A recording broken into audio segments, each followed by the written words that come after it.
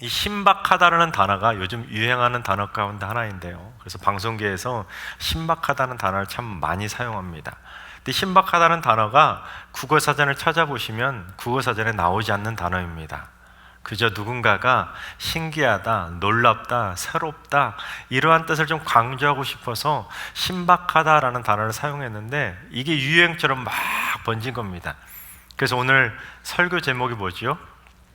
신박한 신앙생활 정리라고 제 부임 첫 설교 제목을 그렇게 한번 정해 보았습니다. 그렇다고 무슨 유행을 따라가겠다고 이렇게 정하기보다는 요즘 한국교회를 바라보면서 제 마음이 너무나 아파서 이러한 설교 주제를 잡아보았습니다. 무슨 말씀이냐면 코로나 팬데믹 상황이 3월부터 시작해서 거의 1년이 다 돼가다 보니까 한국교회 많은 성도님들의 영적인 생활이 침체되기 시작했다는 겁니다. 한 번, 두 번 예배를 띄엄띄엄 다니다 보니까 하나님의 말씀의 꼴을 먹지 못하다 보니까 성도들의 심령이 점점 나태해지고 침체되기 시작했다는 겁니다. 날마다 하나님의 말씀의 꼴을 먹고 주일마다 예배당에 나와서 말씀을 먹고 영이 새로워져야 되는데 이걸 못하다 보니까 성도들의 영혼은 결국 계속 침체되기 시작하는 겁니다. 그래서 많은 성도님들이 제게 오셔서 이런 말씀을 하십니다. 코로나 때문에 신앙생활이 해이해지는 것 같습니다. 그런데 여러분, 예배를 단순하게 드리지 못한다고 해서 영적 침체가 벌어지는 것은 아니라는 겁니다. 예배 안 드리는 것 때문만이 아니라는 겁니다. 내가 예배를 안 드리면 저 사람 예배를 안 드리는구나 하고 주위 사람도 알 수 있고 눈치챌 수 있겠지만 나도 모르는 사이에 내 영혼을, 내 심령을 영적인 침체로 몰아가는 것이 있습니다. 그게 뭔지 아세요? 그건 바로 인터넷이라는 겁니다. 여러분, 인터넷이라는 것은 인간의 삶을 그야말로 혁명처럼 바꾸어 놓은 존재가 바로 인터넷입니다. 그래서 인간이 개발한 가장 신박하고 신기한 발명품이 바로 인터넷이 아닐까 생각해 봅니다. 그런데 달리 생각해 본다면 이 코로나 상황 가운데서 가장 우리에게, 한국 교회에게 도움이 되는 존재가 또한 인터넷이 되었다는 겁니다. 무슨 말입니까? 인터넷이라도 없었다면 여러분, 인터넷 생방송 지금 많은 분들이 보고 계시는데 생방송 예배가 가능했겠습니까? 불과 10년 전에 코로나가 창궐했다면 생각도 할 수 없는, 정말로 상상도 할 수 없는 일이 벌어졌을 겁니다. 그마저도 안 되는 거예요. 정부에서 교회에서 예배 드릴 수 없습니다 딱 차단하면 그걸로 끝인 거예요. 어디 모여서 예배 드릴 수 있는 방법조차가 없고 하나님의 말씀을 주일마다 접할 기회가 완전히 차단되는 겁니다. 여러분, 10년 전에 스마트폰 가지고 다니시는 분이 몇 분이나 계셨나요? 10년 전에 이 땅에 인터넷이 그렇게 속도가 빨랐나요? 아닙니다. 10년 전에만 창궐했어도 인터넷 생방송은 상상도 할 수 없는 일이었습니다. 그래서 하나님이 그런 말씀도 하시잖아요. 성경을 보면 사람이 시험을 당할 때는 뭣도 주신다고요? 피할 길도 주신다고. 하나님께서 한국교회 성도들에게 이 코로나 사태가 벌어져서 예배 드리는 못하는 상황이 벌어질까 봐 하나님이 미리 한국에 인터넷망을 잘 깔아주셔서 인터넷 생방송으로라도 예배 드릴 수 있는 그 피할 길을 주시지 않았나, 그렇게 생각도 해보았습니다. 이처럼 인터넷은 많은 사람들에게 유익을 줍니다. 많은 생활 정보도 가져다 주고 인터넷을 통해서 많은 도움을 얻기도 하는데, 반면 인터넷을 통해 나쁜 영향을 받는 것들이 얼마나 많이 있는지 모릅니다. 요즘 젊은 아이들이 인터넷 때문에 빠져가지고 게임 중독에 빠지고 인터넷 때문에 얼마나 나쁜 행동들을 많이 하게 됩니까? 또한 예배 드리는 것도 마찬가지입니다. 인터넷 생방송으로 예배 드리는 것이 온전하게 예배가 드려지시던가요? 인터넷에서 생방송으로 예배 드린다면 예를 들어서 생방송 시간 딱 맞춰가지고 유튜브에 접속해서 예배를 딱 드리고 예배가 딱 끝나면 딱 끝이고 스마트폰 딱 접어두고 컴퓨터 딱 끄시던가요? 그게 쉽게 되던가요? 아닙니다. 예배 시작 몇 분 전부터, 어떤 분은 1시간, 2시간 전부터 핸드폰으로 이것저것 막 검색하다가 대부분 놓치는 분들도 많을 것이고, 이것저것 유튜브로 검색하다가 다른 교회 영상도 보고 어떤 유명한 목사님 설교도 한번 들어보고 온갖 것들을 보다가 그래도 양심은 있으니까 우리 승리교회 설교 한번 들어봐야지, 예배 드려야지 하고 그렇게 하다가 예배 드리시는 분들도 많으실 겁니다. 물론 전부 다 그러지는 않으실 겁니다. 그래도 예배당에서 예배를 드리는 건 그나마 좀 낫습니다. 예배를 드리기 위해서 이곳에 오시면 그래도 예배 처음부터 끝까지 집중하게 되잖아요. 그런데 예배당에서 예배를 드리지 않고 생방송으로 예배를 드리다 보면 어떻게 됩니까? 개인의 선택권이 우선시 되는 거예요. 그래서 자유권이 많이 발동이 되는 겁니다. 무슨 말이냐면 지금 예배 드리시다가 갑자기 일어나서 화장실 가는 분 계신가요? 무언가 음식 드시는 분 계신가요? 아니잖아요. 그런데 인터넷으로 예배 드리다 보면 보는 사람 없으니까 자유로워지니까 예배 드리다가 자유롭게 화장실도 가고 예배 드리면서 자유롭게 옆 사람하고 이야기도 하고 심지어 먹을 것도 다 가져다 놓고는 영화 관람이라도 하듯이 화면에 띄어진 그 예배 영상을 구경하듯이 바라보는 경우들이 많이 있다는 겁니다. 또한 예배당에서 예배 드리실 때는 그래도 적어도 세수라도 하고 머리라도 감고 화장이라도 하고 깨끗하게 옷이라도 차려입고 예배당에 와서 예배를 드리는데, 집에서 인터넷으로 예배 드릴 때는 어떻습니까? 깔끔하게 차려입고 정자세로 딱 앉아가지고 거룩한 모습으로 예배 드리기보다는 눈곱도 떼지 않고 세수도 하지 않고 누가 보는 사람이 있느냐 하고는 파자마 차림으로 편한 복장으로 그렇게 대충 예배 드릴 때가 너무나 많이 있다는 겁니다. 여러분, 그렇게 대충 예배 드린다면 하나님께서 그 예배 기쁘게 받아주시겠습니까? 1년 내내 성경책은 한 번도 떠들러 보지 않아도 눈 하나 깜짝하지 않는데 단 하루만이라도 스마트폰을 보지 않으면, 인터넷을 보지 않으면 어쩔 줄을 몰라 한다면, 또한 기도 1시간 하는 것은 몸부림치면서 버거워하는데 어떻게 할지 몰라 하면서 정작 스마트폰은 1시간이 어떻게 지나간지도 모르게, 유튜브 영상은 수십 시간이 지나도 날이 서서 봐도 어떻게 시간 가는 줄 모르게 쳐다보며 그렇게 우리의 시간을 허비하고 있다면 우리의 영혼이 어떻게 거룩한 하나님의 백성의 모습이라고 할 수 있겠습니까? 지금까지 드린 말씀은 이 코로나 상황을 빗대어서 말씀드린 것이지만 사도 베드로는 그런 모든 죄악된 모습들을 버려야 한다라고 강조하고 있는데, 오늘 본문 1절 말씀을 한번 봉독해 보겠습니다. 그러므로 모든 악독과 모든 기만과 외식과 시기와 비방하는 말을 버리고, 여러분, 베드로가 버려야 된다는 건 5가지를 언급했습니다. 악독, 기만, 외식, 시기, 비방, 5가지를 언급했는데 여러분 한번 생각해 보세요. 이 5가지가 나하고 상관 있는 것으로 생각되시나요? 아니면 나와는 상관없는 것처럼 여기시나요? 에이, 목사님, 제게 무슨 악독이라니요? 제게 무슨 시기요 비방이라니요? 제가 천사표 아니겠습니까? 저하고는 거리가 먼 거예요 하고 그런 생각이 드시나요? 아닙니다. 번역상 어떻게 보면 나하고는 상관없는 것처럼 여겨지겠지만 한자 한자 따져본다면 다 우리를 향한 경고의 메시지라는 겁니다. 첫 번째, 베드로가 무엇을 경고했습니까? 모든 악독을 버리라 라고 말했는데, 이 말 안에는요 인간이 저지르는 모든 죄악이 다 포함되어 있습니다. 왜냐하면 이 악독이라는 번역된 헬라어 단어 카키아라는 단어의 원래 뜻 안에는요 악한 것, 죄라는 뜻이 포함되어 있습니다.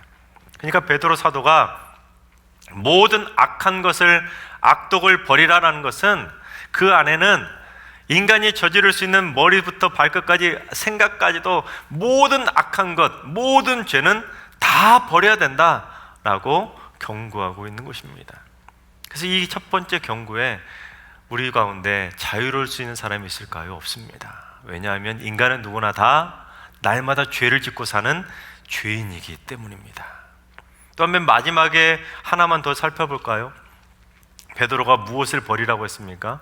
뭐든 비방하는 말을 버리라 라고 말하고 있는데, 비방하다라는 단어가 카탈랄리아라는 헬라어 단어인데 이 말 안에는요 험담하다, 욕하다라는 뜻이 있습니다.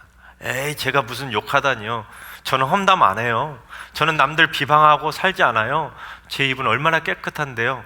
그렇게 자신 있게 하나님 앞에서 말할 수 있는 사람이 누가 있겠습니까? 인간의 입으로는 결코 할 수 없는 일들이 많이 있지요. 그래서 베드로가 경고했던 이 악독, 기만, 외식, 시기, 비방은 다 우리가 지금껏 해오고 살아왔던, 누구나 다 인간이라면 그렇게 살아왔던 죄악된 모습들인데, 베드로는 이런 것들을 버려야 된다라고 경고하고 있는 것입니다. 그런데 그 모든 죄악된 모습들을 버릴 수 있는 비결이 있는데, 그 비결을 베드로는 2절에서 이렇게 우리에게 가르쳐 줍니다. 2절 말씀을 봉독해 보겠습니다. 갓난아이들 같이 순전하고 신령한 젖을 사모하라. 이는 그로 말미암아 너희로 구원에 이르도록 자라게 하려 함이라. 아멘. 여러분, 갓난아기에게 있어서 엄마의 젖은 무슨 의미일까요? 목숨입니다. 생명입니다. 갓난아이가 엄마의 젖을 먹지 않으면 목숨을 잃는 거예요. 마찬가지입니다. 죄악으로 더럽혀져 있던 우리 죄인된 모습으로 살아가고 있는 우리 죄인들은 그 갓난아이가 엄마의 젖을 갈망하는 것처럼 그 신령한 젖을 사모해서 그 신령한 젖을 먹음으로써 우리의 심령을 거룩하고 깨끗하게 청소해가면서 날마다 구원에 이르기까지 자라가야 한다는 겁니다.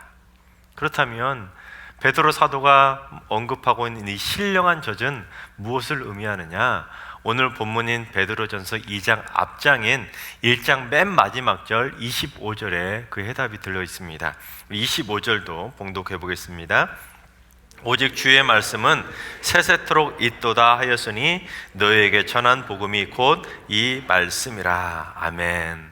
즉 풀도 마르고 꽃도 시들고 사람도 모든 영광도 결국에는 다 사라지게 되겠지만 세세토록 영원토록 변하지 않고 영원토록 있을 것 딱 하나가 있는데 그게 바로 하나님의 말씀이라는 겁니다. 따라서 오늘 본문 2장 1절 그러므로 이 모든 악독을 버리고 죄악들을 버릴 수 있으려면 영원토록 변하지 않는 그 신령한 말씀의 젖을 사모하고 그 말씀의 꼴을 먹어야 우리의 영혼이 조금씩 조금씩 하나님의 영광에까지 자라가게 된다라는 것입니다. 이런 죄악된 모습들을 버리고 살아갈 수 있으려면 하나님의 신령한 말씀의 젖을 날마다 먹으면서 내 영혼을 깨끗하게 청소하며 살아가야 된다는 겁니다.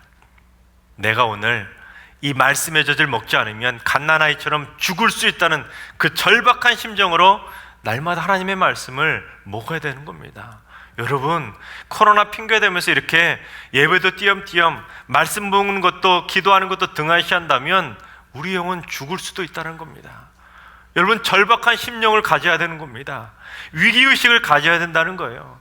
에이, 코로나 사태라 남들도 다른 교회도 다 예배 대충 드리는데 다들 교회 안 나가고 있는데 아닙니다. 여러분, 이럴 때일수록 더욱더 우리의 심령 안에 나쁜 것들이 죄악된 쓰레기들이 채워지지 아니하도록 하나님의 신령한 말씀의 젖을 사모함으로써 우리 영혼을 말씀으로 깨끗하게 정화시키고 기도로 깨끗하고 정결하게 만들어 가야 된다는 겁니다. 여러분, 갓난아이가 며칠씩, 몇 달씩, 몇 년씩 엄마의 젖을 먹지 않고도 살 수 있나요? 아닙니다. 여러분, 갓난아이가 엄마의 젖 아니고 다른 거 먹고 살 수 있습니까? 아닙니다. 바로 우리는 하나님이 이 땅에 보내주셔서 하나님의 백성으로 삼아주신 갓난아이로 다시 태어난 겁니다. 그러면 우리가 무엇을 먹어야 살 수 있습니까? 하나님의 생명의 말씀, 그 신령한 말씀의 젖을 먹어야 우리는 하루하루 살아갈 수 있는 겁니다. 따라서 우리가 하루에 단 한 구절이라도 성경 말씀의 꼴을 먹어야 그나마 버틸 수 있는 겁니다. 그런데 코로나 핑계로 말씀을 멀리하다 보면 우리의 영혼은 나도 모르는 사이에 죽어가는 겁니다. 우리의 심령은 나도 모르는 사이에 온갖 인터넷 쓰레기들로, 온갖 세상의 죄악들로 더럽혀지고 가득 차게 되는 것입니다. 그런데 저에게는 누구나 다 아는 신체의 비밀 하나가 있습니다. 아시는 분, 눈치채시는 분도 있으시겠지만 저는 몸에 비해 머리가 상당히 큽니다. 그래서 웬만한 모자는 잘 맞지 않아서 XX 라지 그 급의 그 모자를 써야지만 머리가 들어가는데요. 그래서 화면으로만 제 얼굴을 보신 분들은 제가 적어도 한 180 정도는 되는 것처럼 생각이 되셨나 보더라고요. 그래서 제가 많은 분들에게 참 많이 들었던 말이 있는데, 목사님 보기보다 작으시네요. 이 말을 참 많이 들었는데요. 근데 여러분, 제 신체의 비밀을 통해서 제가 깨달은 영적인 비밀이 있습니다. 그게 뭐냐면 머리만 커지면 안 된다는 거예요. 우리가 신앙생활을 오래 하면 할수록 우리의 심령이, 신앙이 계속해서 성숙하고 자라야 되는데, 신앙생활을 오래 하다 보면 남을 판단하고 정죄하고 비판하는 이성적인 머리는 커졌는데, 정작 우리의 심령은 갓난아이 수준을 못 벗어나는 분들이 왜 이렇게 많은지 모르겠습니다. 하나님을 믿고 크리스찬이라고 교회 다니면서도 내 심령은 온갖 세상의 죄악의 쓰레기들로 모든 악독으로만 가득 차 있는데, 머리는 커서 깨끗한 척, 거룩한 척, 그렇게 신앙생활하는 모습들이 참 많이 있지 않습니까? 그래서 베드로는 갓난아이처럼 돼야 된다라는 겁니다. 갓난아이처럼 내 안에 있는 모든 죄악의 쓰레기들 다 벗어버리고, 다 버려버리고, 오직 신령한 젖인 하나님의 생명의 말씀의 꿀을 먹으면서 날마다 자라가야 된다는 거예요. 머리만 커지는 것이 아니라 우리 영혼이 자라가야 된다는 거, 그렇게 강조하고 있는 것입니다.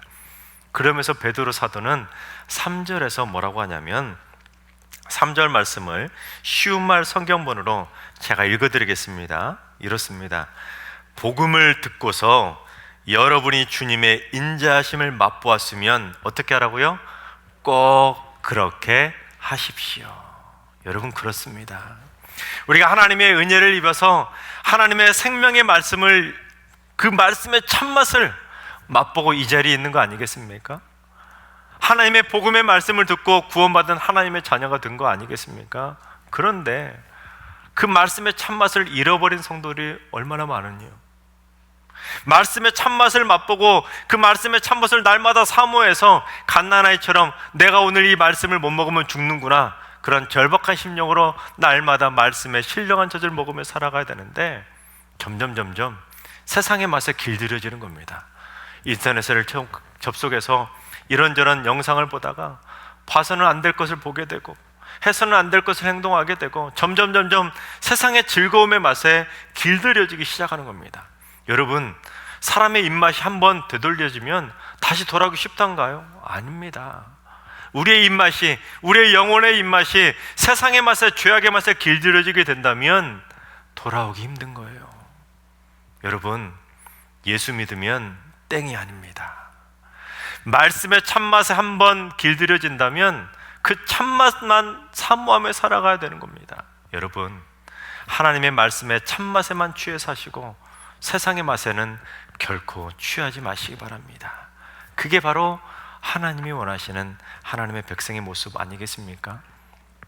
이번 코로나 사태로 인해서 한국교회 성도들은 두 부류로 나눠지지 않을까 생각합니다. 한 부류는요, 머리만 커진 채로 코로나 핑계로 교회도 띄엄띄엄, 성경도 띄엄띄엄, 기도도 띄엄띄엄 하다 보니까 어때요?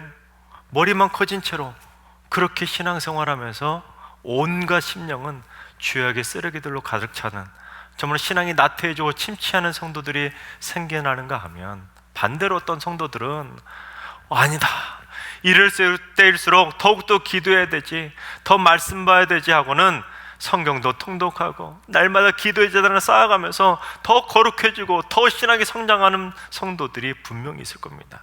그러면 머지않아 코로나 사태 끝나고 다 같이 이제 예배당에 와서 예배 드릴 때 딱 표가 날 겁니다. 아이고, 아무개 집사님 못 본 사이에 신앙이 훅 성장하셨네요. 아이고, 아무개 성도님, 아무개 집사님 그동안 신앙 어떻게 다 까먹었었습니까? 그렇게 두 종류로 나눠지지 않겠습니까? 여러분, 우리가 어떤 모습으로 신앙생활을 해야 되겠습니까? 하나님의 말씀의 꿀을 날마다 먹으며 갓난아이처럼 신령한 하나님의 말씀의 젖을 사모하면서 그 말씀의 젖을 통해 날마다 조금씩이라도 우리의 신앙이 자라가야 되지 않겠습니까? 그 자라남을 언급했던 시인이 있습니다.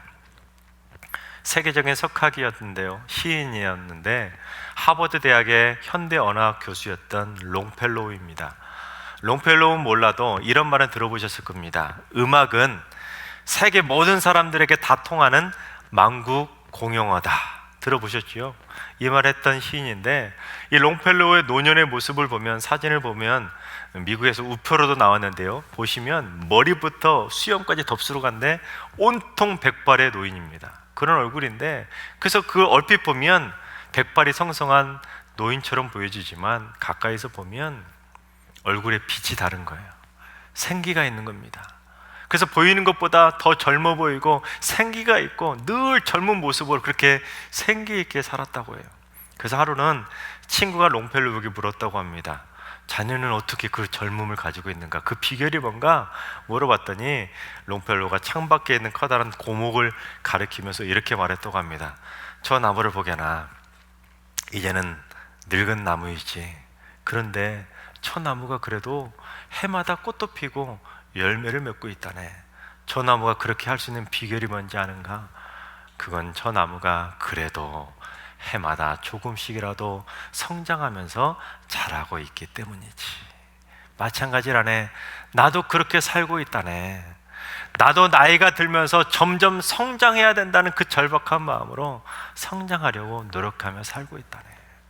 여러분, 마찬가지입니다. 세상 사람들도 그렇게 살아가고 있는데 우리는 달라야 되지 않겠습니까? 하나님을 믿는 하나님의 자녀된 우리들도 날마다 하나님의 생명의 말씀의 꼴, 생명의 젖, 그 말씀의 젖을 먹으면서 날마다 우리의 영혼이 조금씩이라도 자라가야 할 줄로 믿습니다. 제가 오늘 첫 설교 때 이렇게 보라색 스톨이라는 것을 메고 왔는데요, 제가 장신대에서 예배 설교학을 전공했는데 이 스톨 가운데 이 색상이 중요한데 절기마다 색상이 있습니다.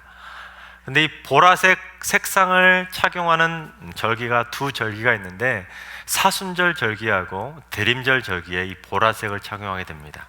근데 사순절 절기에 착용하는 보라색의 의미는 조금 다릅니다. 그때는 참회, 회개, 하나님 앞에 조금 더 정결하고 거룩한 모습으로 서기 위해서 보라색을 상징하는 스토를 착용하게 되는데, 대림절 기간에는 다른 의미입니다.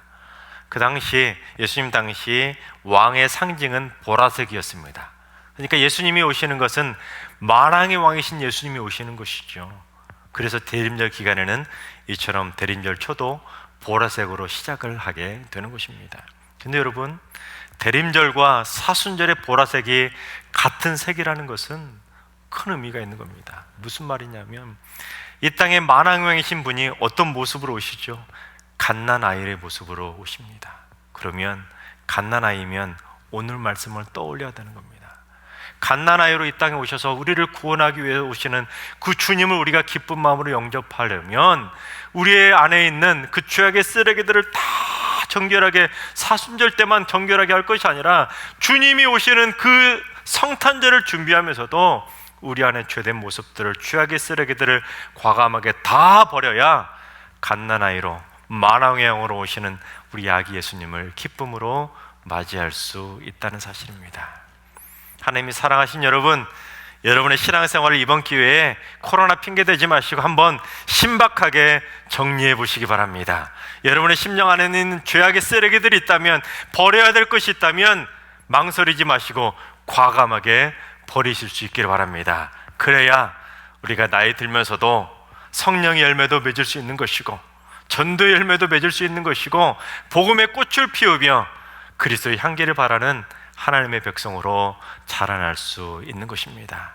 바라옵기는 우리 모두 다 하나님 보시기에 부끄럽지 않은 모습으로 우리 안에 있는 모든 죄악의 쓰레기들, 죄악의 모습들은 다 버려버리고 날마다 하나님 앞에서 부끄럽지 않은 거룩한 하나님의 백성들로 살아가게 되시기를 주님의 이름으로 축원합니다.